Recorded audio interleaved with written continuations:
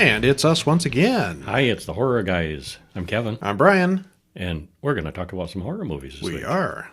Back with our usual format of four horror films and a short horror film. And... do we have things to give away?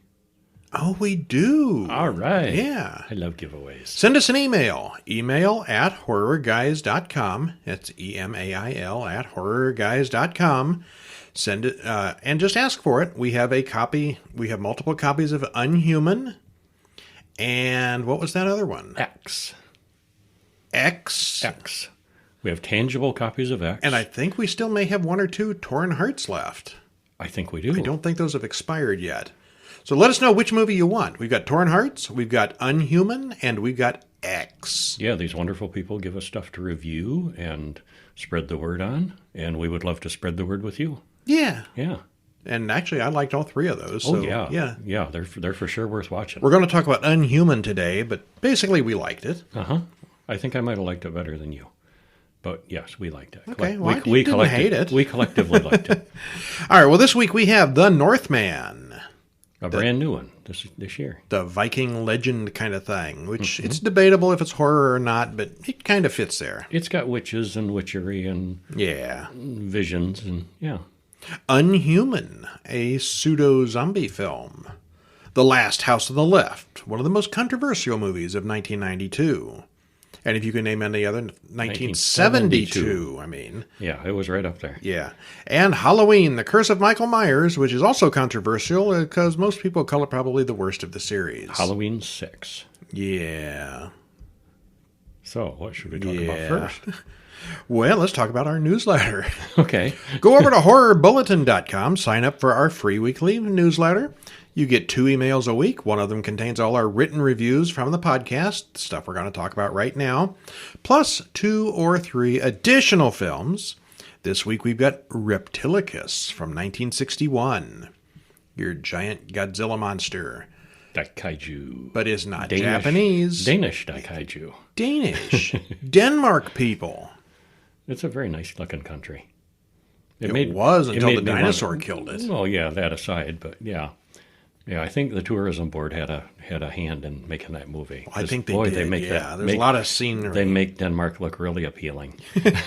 Happy place, except for the giant, Daikaiju attack. Yeah, the monsters are bad. Other than that.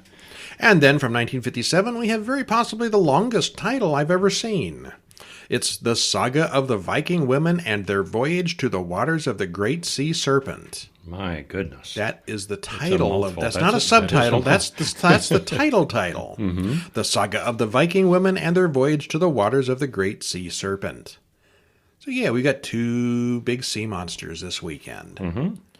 All right, meanwhile, on this episode of The Horror Guys, we will talk about The Northman. The Northman. Dun, dun, dun. Dun, dun, dun. 2022, directed by Robert Eggers, the guy who did The Lighthouse and The Witch, or The Vivitch, however you want to look at it. Vivitch. He does good work. And a few other things. Written by Sagan, which I assume is a Viking name, and Robert Eggers. Stars Alexander Skarsgård, Nicole Kidman, Claes Bang, and a couple other familiar faces. 2 long hours and 16 long minutes. There's a trailer in the show notes if you have not heard of this one. And I got to say, Nicole Kidman is looking good again. I mean, she looked good when she was young, and she went through a phase where it looked like she had a little bit too much work done, a little too much Botox. Botox, maybe? Yeah, I think it was too much Botox, and now she's back to more of a natural look. And she looks close to her own age, but she looks really good for her age, and I thought she looked mighty good in this. Yeah, at one point I had to ask the Alexa device how old she was, because I was figuring she was like, pushing 60 by now probably, and turned out she's younger than we are. Oh, well. She's an adult woman. But yeah, she looks really good again. I was observing that in this movie. Okay. And she went through a phase like, ooh, her face isn't really moving. It looked kind of frozen and kind of puffy and, not right. But she's looking good again. Anyway. All right. What about the Northman? Spoiler free. What happens with no spoilers? Well, it's beautiful to look at and amazingly filmed. It seems very authentic, very historically like accurate. A real legend. Yeah. Good story. Surprisingly, not action after action. There's a lot of talky, a lot of expositions, and there are many lulls. It's not your summer blockbuster. Yeah, it's a story. Not action after action. It is more of a story. Yeah, in a journey. The hero's adventure. The hero's journey.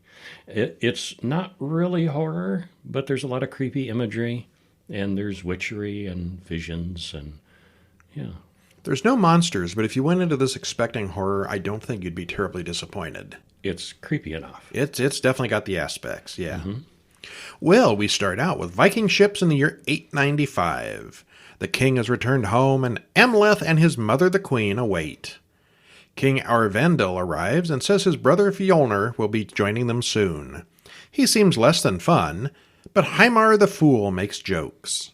The king was wounded in battle, but he thinks Amleth is still too innocent to be named a successor. But he's manning it up. He's toughing it out. Yeah. I mean, the whole time, his whole arrival and everything, and the ceremonial, everything, he didn't let on at all that he was wounded. So and then he falls off his horse and goes, No, he didn't. Yeah. It wasn't until he was in his private chambers when Nicole Kidman noticed, hey, you're hurt. You've got a hole in your side. Yeah. It's just been a flesh wound, woman. Carry on. He's tough. He is. Well, the king and Amleth go into the temple of Odin and crawl around like howling animals. The king makes Amleth swear to avenge him if he should be slain by the enemy. Amleth has a psychedelic experience in the ritual, but not long after, the king is killed in an ambush by his own brother Fjolnir. The king then curses Fjolnir, I could just say Fjolnir all day. You could, yeah. With his dying breath as Amleth watches from a hiding place. "Bring me the boy's head," shouts Fjolnir. Amleth gets away in a small boat, swearing to avenge his parents. And this one guy, his dad and free his mom. One of the soldiers grabs Amleth before he gets away, and Amleth bites the guy's nose off. And then we see him 2 or 3 other times later on, and he walks around with no nose. And, yeah. Wow. We recognize which guy that is. Yeah.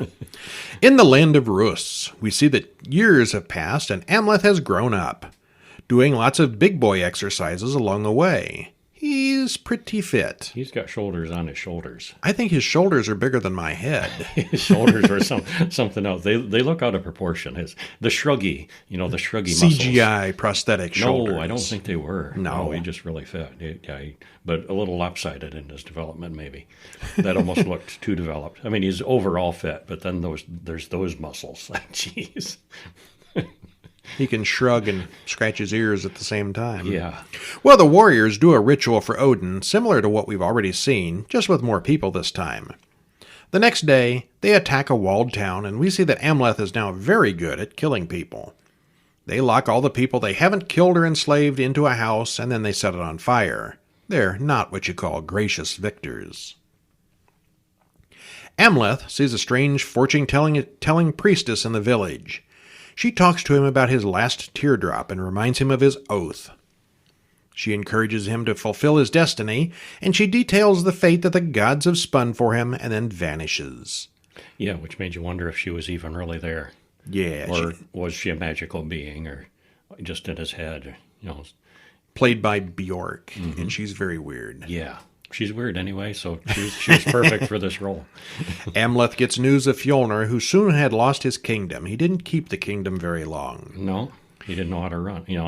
One of those cases of, yay, it's mine, now what? And it didn't work out. Not well at all. Yeah. Well, he cuts his hair and boards a boat full of slaves, blending in as one of them, destined to be to his uncle's estate. So yeah, he gets out the branding iron and brands himself as a slave, cuts off all his warrior's hair, and gets in the boat with the women to become a slave. Well, there's some other guys there, too. But yeah. Mostly. Compared to those shoulders, they don't qualify. Yeah. He meets Olga on the boat, and she knows who he is. The boat sinks, but Amleth and Olga make it to shore in Iceland. Elsewhere, Fjolnir teaches his own son about leadership. And I thought that was a really nice scene. Because, here's this traitorous He doesn't guy, seem like a bad guy and he by himself. Did not seem like a bad guy, and he's a dad. He's a good dad. He's, and you say, oh, he's not entirely an awful person. I thought it was a nice... Usually the usurper really, is an evil dictator. Yeah, he was not one-sided, one-dimensional. Yeah. He wouldn't be a bad guy to work for. Well, his order of slaves has arrived. FedEx Magin, and he doesn't recognize Amleth anymore. He's certainly grown up. Oh, yeah. Fjolnir especially likes Olga's white hair, and Amleth sees that his mother is actually still alive. He thought she was killed with a father. She's married to the brother now. Amleth goes to see... And they had another kid. They did. So he's got a half-brother. Amleth goes to see the he-witch of the village, and we see what became of Hymar the Fool, and it isn't pretty. So... But lost his head. But he comes back as a ghost. He did. Yeah. The he-witch channels him like a seance. What? I'm trying to think of his name all of a sudden. It's just drawn a blank. Who? What? Hymar the Fool. Hymar the Fool? Oh, the real actor? The actor. Oh. The Green Goblin. The Green Goblin. Yeah. Willem Dafoe. Willem Dafoe. Jeez, I can't believe I dropped that. Yeah, you notice that Robert Eggers uses a lot of the same actors in his movies. Yeah. Which I think directors do. They find people that definitely are good to work with, that they like working with. But if you're coming to this movie to see Willem Dafoe, it's a very small part. And he's barely recognizable. Yeah. Well, the ghost of Hymir tells Amleth about his fated sword that he must use to kill Fjolnir. Amleth goes to a crypt and has to fight the undead guardian of the sword.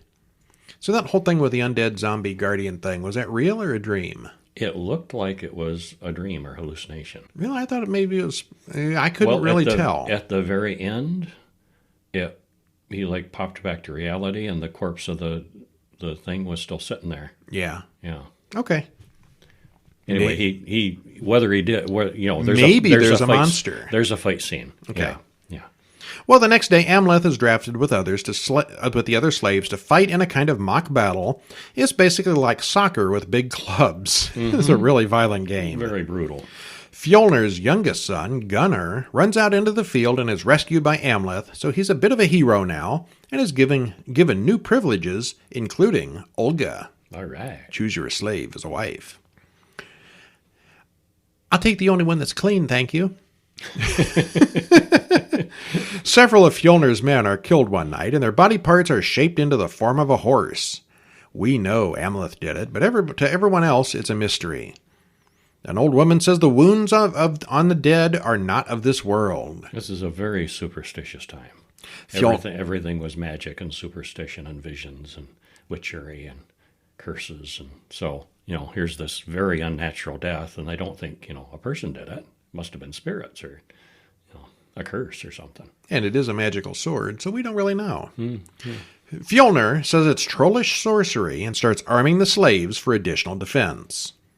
Olga does some earth magic, and many of the soldiers kill themselves and each other, drugged out of their minds. Amleth reveals himself to his mother, but she raves that she never liked Amleth's father anyway. She always liked Fjolnir better because he's a real man. Oh. Yeah. Didn't see that coming. I did not see that coming. She was in on the coup and actively encouraged it. This is not what Amleth was expecting to hear. Oh, and she likes Gunnar better than she ever liked him. Still, she thinks he's hot, and if he kills Fjolnir and his son, she'll do anything he wants. Wink, wink. Ew. Ew. Yeah. I'm pretty sure incest was bad even in those days. Well, I don't know. He lets her live. It's hard to say. Yeah. He lets her live, but kills the eldest son on the way out.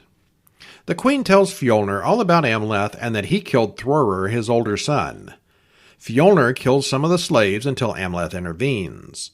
Amleth kills 10 men without even taking his sword out of the sheath, because we're told the magic sword only works at night.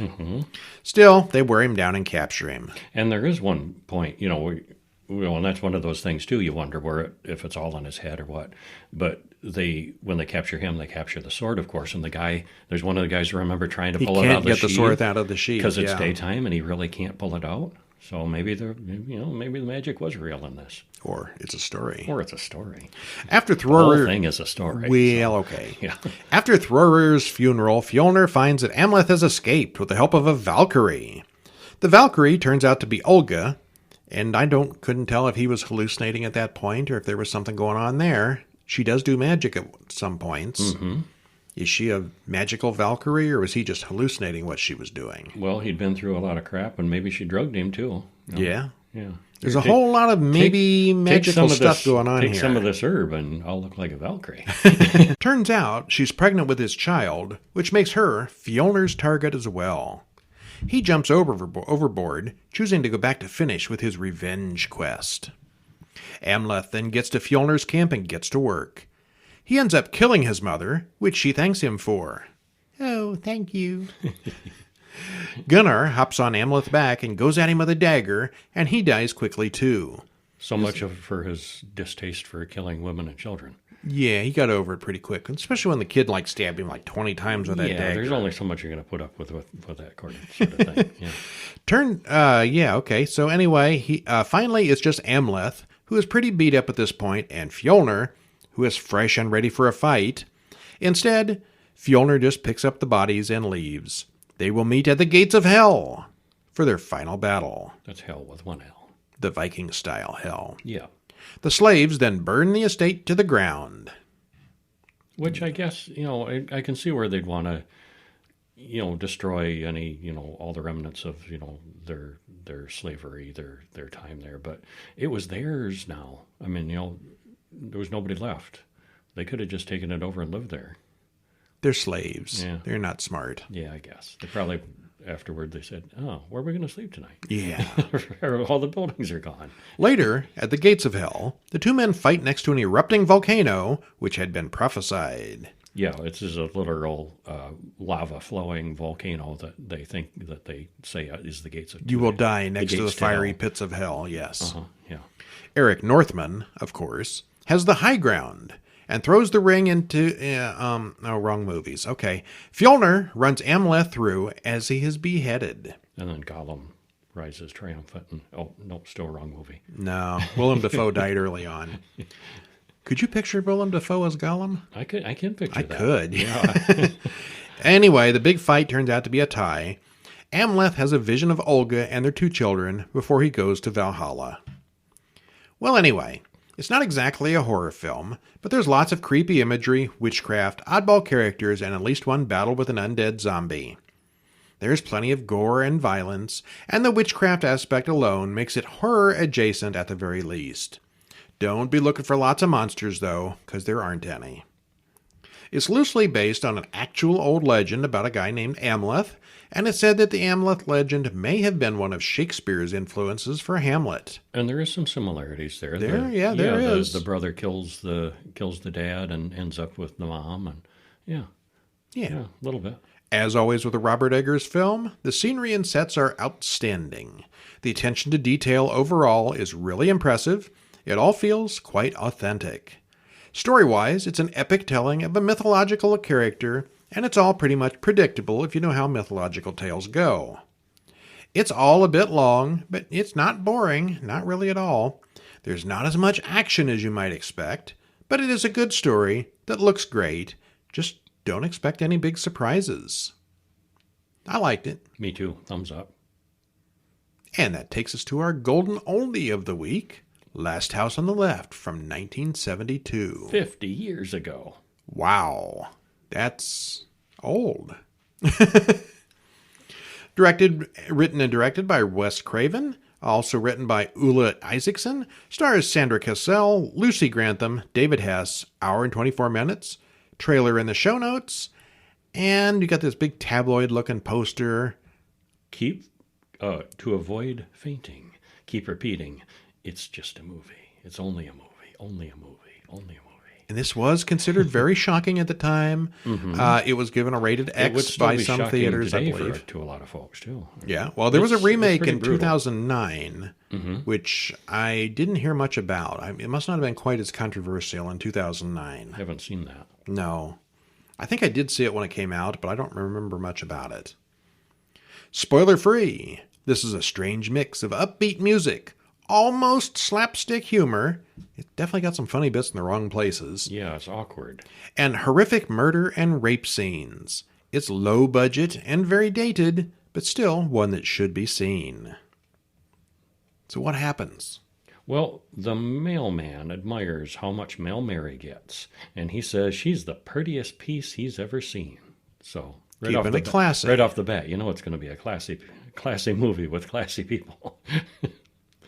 Well, Mary's getting ready to go out, and her father notices. I mean, she's wearing a no pretty bra. girl from the 70s, but nothing special that the mailman would point out and make that kind of comment over. I mean, It was a different time. yeah, that was wow. That's some mailman there.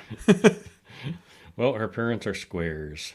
Her father gives her a peace symbol necklace. And the folk music starts to play as Mary and her friend Phyllis hang out and lament they don't have any grass. Yep, it's the 70s. Well, we cut to 4 escaped convicts, murderers and rapists. And they're watching themselves on the media. So there's the introduction. There's Krug and Junior Stillo killed some nuns. A father and son tag team. Yeah. Fred Weasel Podesky is a pedophile and a peeping Tom, and his girlfriend Sadie is with them as well. And Sadie says she's not putting out any more until they get a couple more chicks in here. She's had enough. Was Sadie some kind of criminal as well, or she just went along and she was bad with them? I think she was bad with them and fully on board. Yeah, the three men though were escaped prisoners. And she was not a good person. Well, Mary and Phyllis run into Junior and ask about buying some grass. He says he has an extra ounce of good Colombian for $20. He takes them home to get it, and gotcha, says Fred. And they do. Well, meanwhile, Murray's parents end up, they're singing Happy Birthday, Mary. And they hang up a burner. They have a montage of making a cake and decorating, and it's very lighthearted and funny. And we cut back and forth between the cake decorating and the tense situation with Phyllis and Mary. Well, they rape Phyllis while Mary watches, knowing what's next. Happy birthday. Yeah. The next morning, the 4 criminals stuff the 2 girls into the trunk of a car and head out to the country. Mary's parents call around, but they don't call the police and report her missing because teenagers need their flings. Their car breaks down right in front of Mary's house. They go back into the woods and demand that the 2 girls take their clothes off and make out. Phyllis tries to run away. Mary tries to talk Junior into letting her go. Meanwhile, the cops play checkers and do funny things. They're kind of bumbly. Oh, yeah. Fred ends up stabbing Phyllis to death, and the police spot the criminal's car, but they run out of gas themselves. These are definitely not the best cops on TV. No. Krug carves his initials into Mary's chest and then rapes her. Murray walks into the lake where Krug shoots her. And we're still close enough to Murray's house that their little dog hears the shots. The sheriff and deputy hitch a ride on the roof of a chicken wagon. Yes, you heard that correctly. Hee, the cops are funny. The cops are funny. Ha ha. Yeah. Meanwhile, the 2 girls are dead and raped, and yeah, And within sight of their house almost. and that was brutal and hard to watch. Yeah, it's very realistic and very ew. Yeah. Well, the 4 criminals go to the nearest house, which just happens. Is it Murray or I think it's just Mary. Mary. Just It's Mary, with like an with I. a Y, only with an I. Yeah. It happens to be Mary's parents' place. They say their car broke down, and the parents are accommodating, let them all use the guest room, when they actually end up in Mary's room. This is quite a coincidence. Well, during dinner, Junior starts having a nightmare from guilt and his withdrawals. Mary's mother recognizes the peace sign necklace around Junior's neck and knows that something is up. Estelle, the mother, and the father leave the house and find Mary's body by the lake. Well, Mary's father, John, is a doctor. Fred has a nightmare about them getting their revenge on him, surgically. Did they really find the body, or was this all part of the dream? We're not quite sure at this point. Well, they do know what's up, though. They know these people, Yeah, they saw the peace sign. They know what happened. Yeah. Well, Estelle distracts Fred while John gets the house ready, Home Alone style.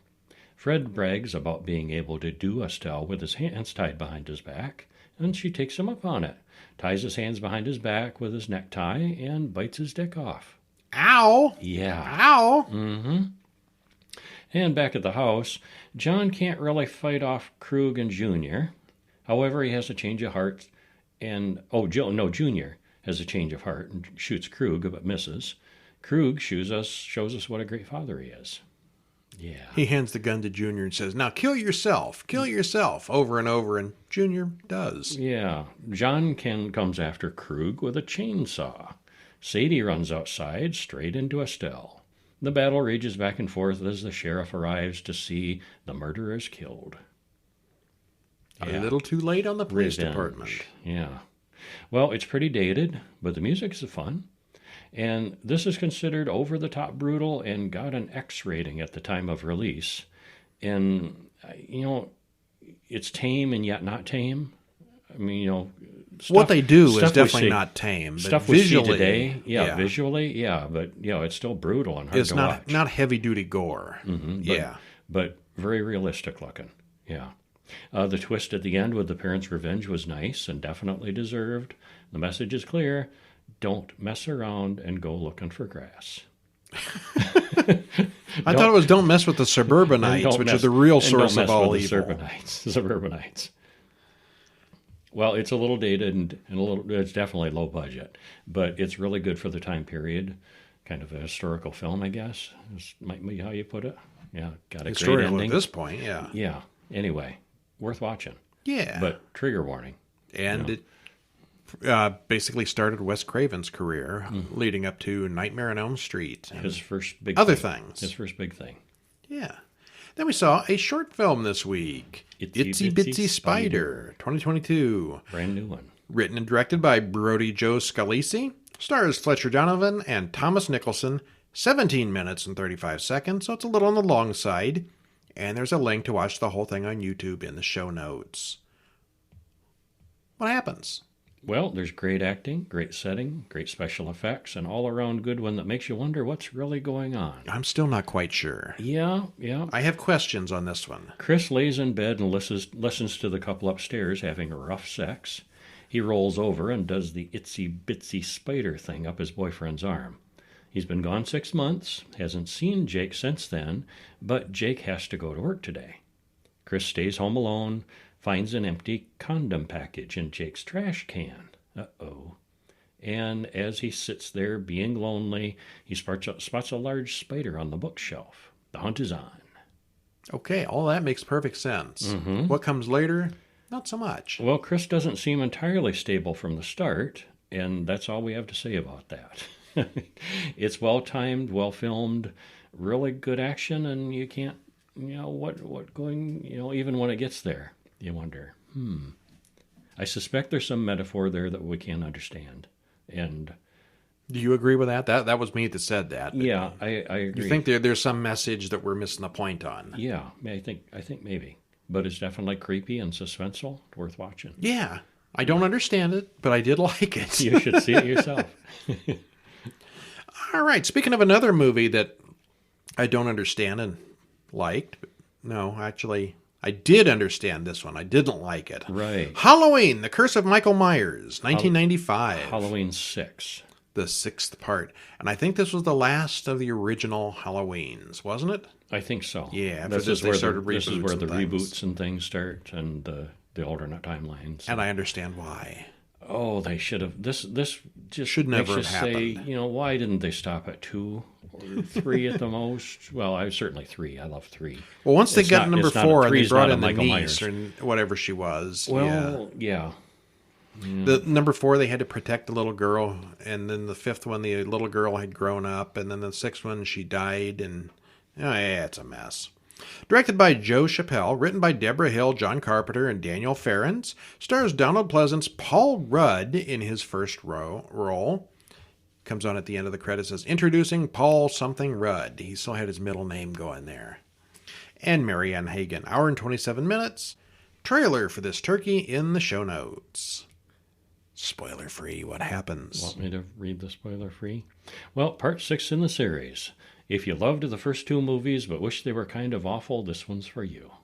Michael isn't the killer that he normally is. He's more of a pawn for others. And there's not really the same suspense or tension that there should be.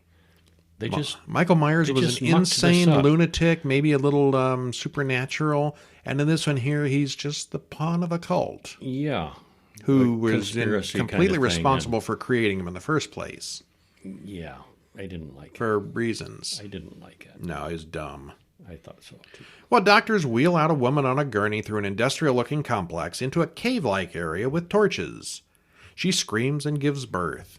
The baby is handed over to a man in black with a hat, and the man in black does a satanic ritual over the baby and paints a mark on him. A nurse lets Jamie Lloyd and the baby go, but then the Shape kills the nurse as the iconic music starts. Jamie steals a truck and drives off into the rain. So Jamie is the nephew of... Niece. Niece, yes. Of Jamie Lee Curtis's Laurie Strode character. So we're like in the second generation here. Mm-hmm. Except she's grown up and now had a baby of her own. Since the previous movie. Yeah. Yeah. But everybody else is the same age. Donald Pleasant's still like a day older. Back in Haddonfield, Kara Strode puts her son Danny to bed and listens to the creepy radio show talking about Michael, who's been missing for years now. She spots her neighbor Tommy watching her through the window. Tommy calls into the radio show to say that he actually saw Michael many years ago. He says Michael's work in Haddonfield isn't over, and that he'll be back soon to kill again. Uh-oh. Elsewhere, Dr. Loomis is listening to the same radio show.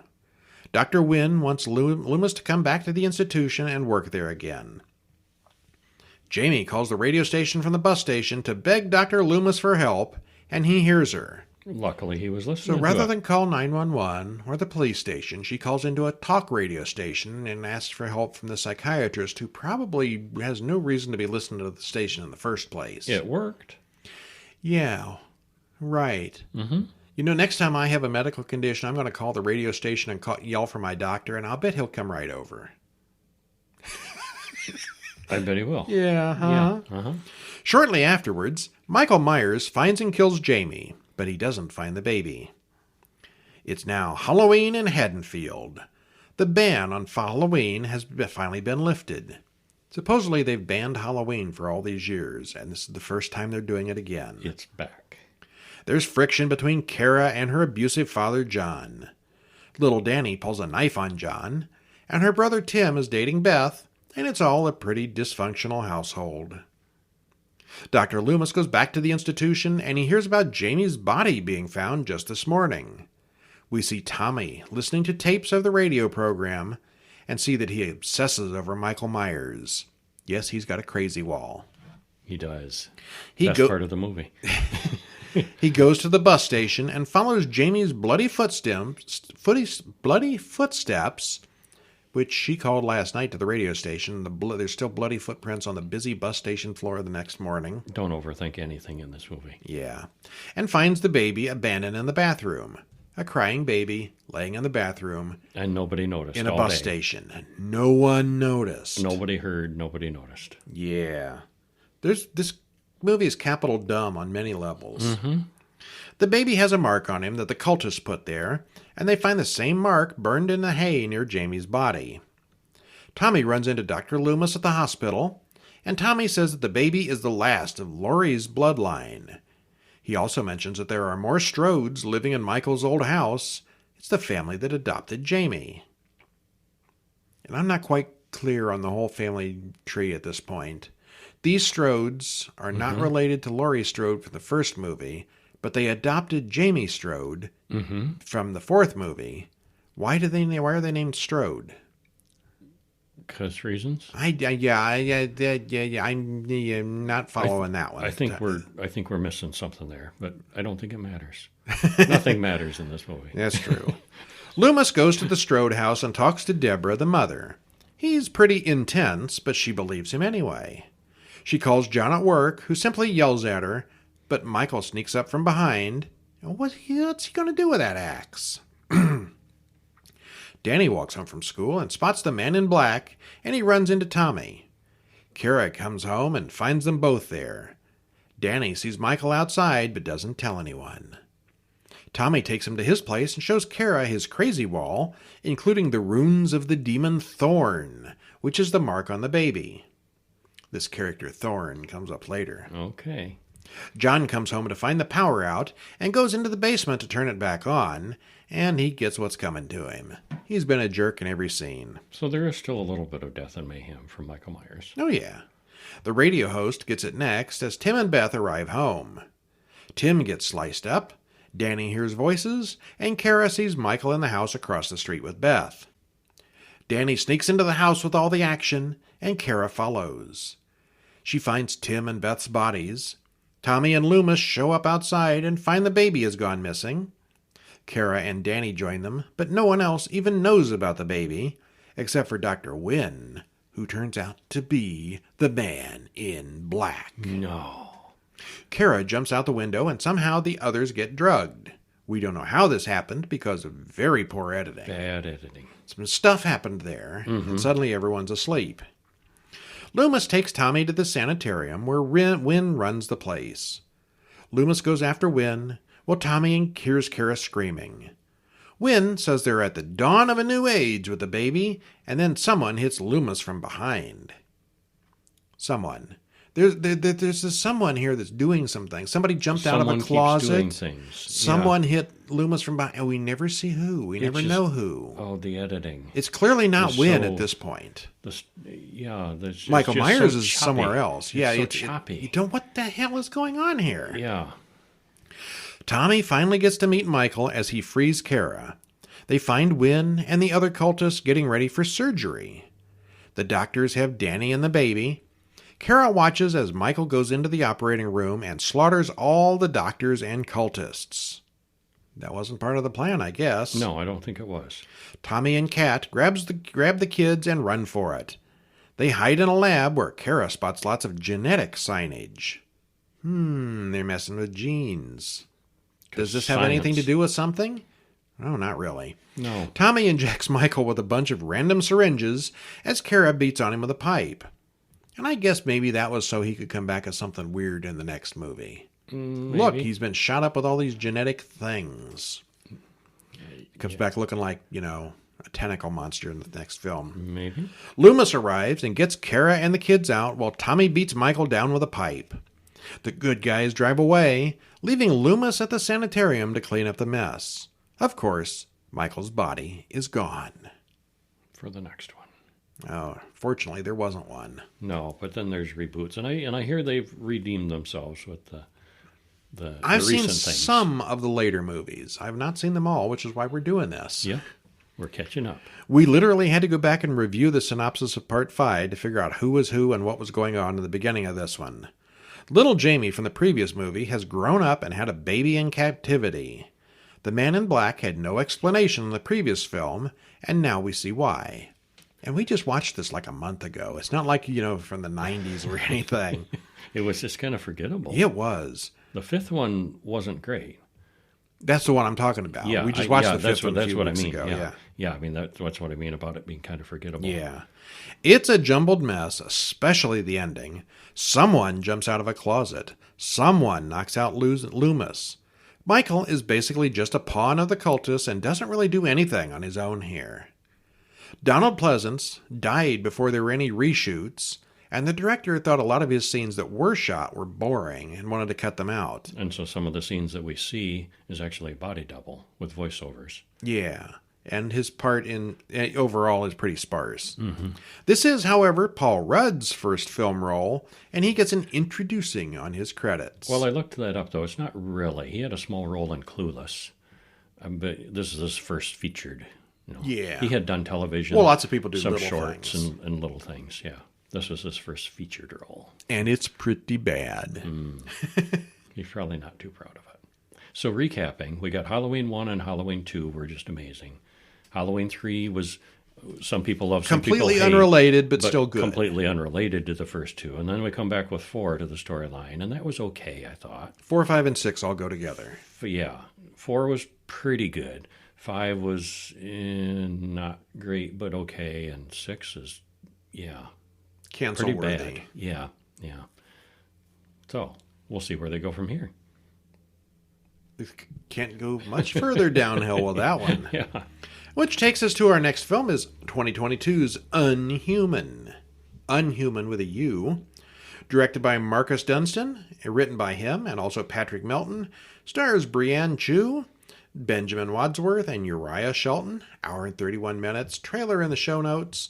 And this is one of those ones we're giving away. So email at horrorguys.com and say, I would like a copy of Inhuman, please. And we'll send it to you. You got to say it just like that, too. Well, I don't care how you say it. Okay. You don't have to say it just like that. Spoiler free. The zombie thriller Unhuman is now available on digital and on demand. When a high school field trip goes bloody awry, the students' trust in each other is tested to the limit in a brutal, horrifying fight for survival. Buy or rent Unhuman and watch it today. Unrated from Paramount Pictures. My goodness, that sounds like ad copy. You copy-pasted that. Well, But what do we say? Kevin thought this movie was so delightful that Kevin barely complained about people in their 20s playing teenagers. I didn't notice, but I didn't complain. It's a high school field trip and no one's under 20.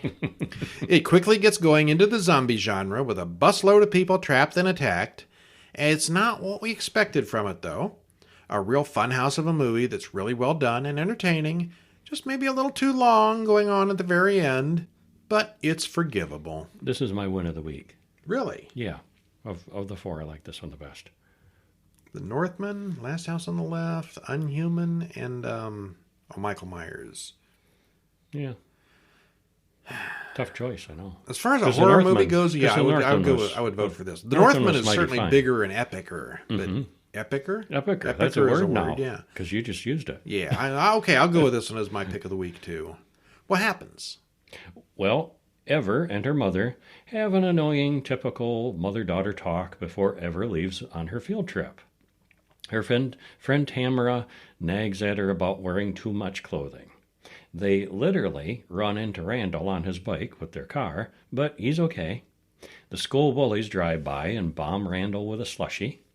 We see that Ever doesn't have a cell phone when the teacher confiscates everyone's phone as they get onto the bus.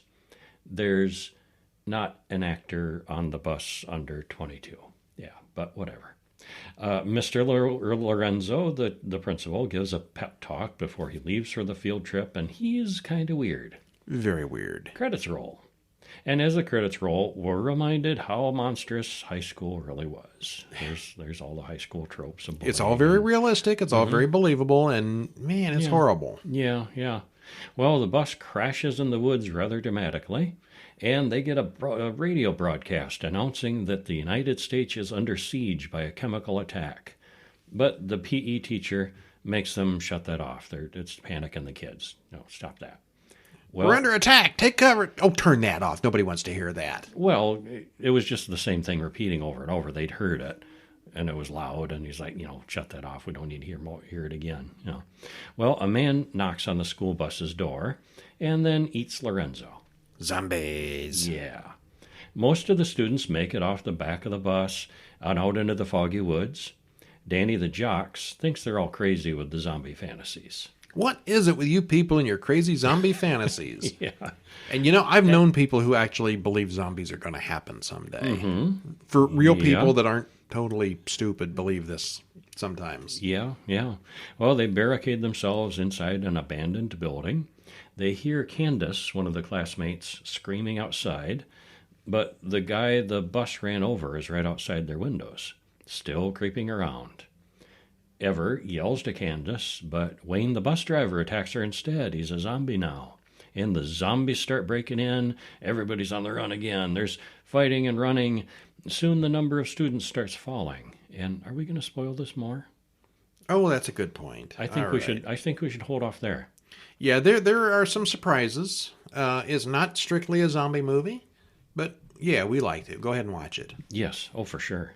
If you're too cheap to rent it on video on demand, and email us at horrorguys.com and get your free copy. We'll give you one.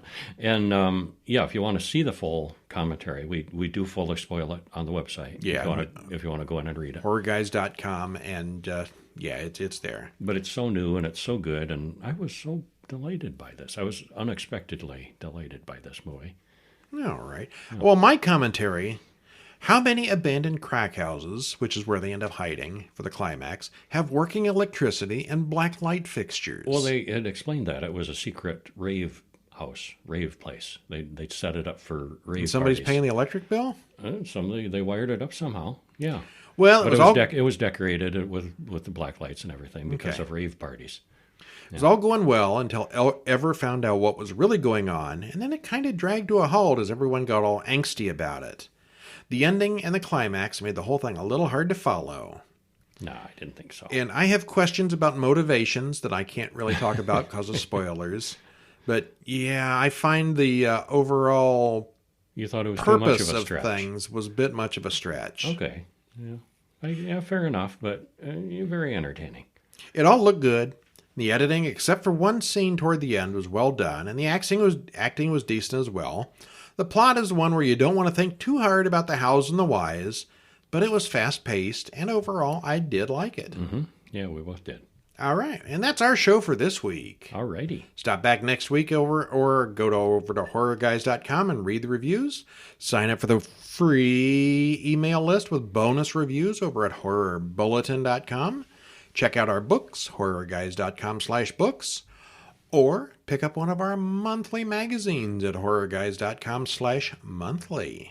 Ooh, we got everything. And we should repeat the call, too, if you've got indie work that you've done, like us to take a look at some work you've done, a movie, Short films, a short film. indie films. Yeah, let us know about them. We love to see that kind of stuff, and we'll talk about it. Mentioned the email before for the contest. It'd be the same thing. If you want to send us something to watch, email at horrorguys.com. Mm-hmm. Or check us out on Twitter, Horror Movie Guys at Twitter. Yeah. I'm Brian. And I'm Kevin. And we'll see you when? Next week? Yeah. Yeah.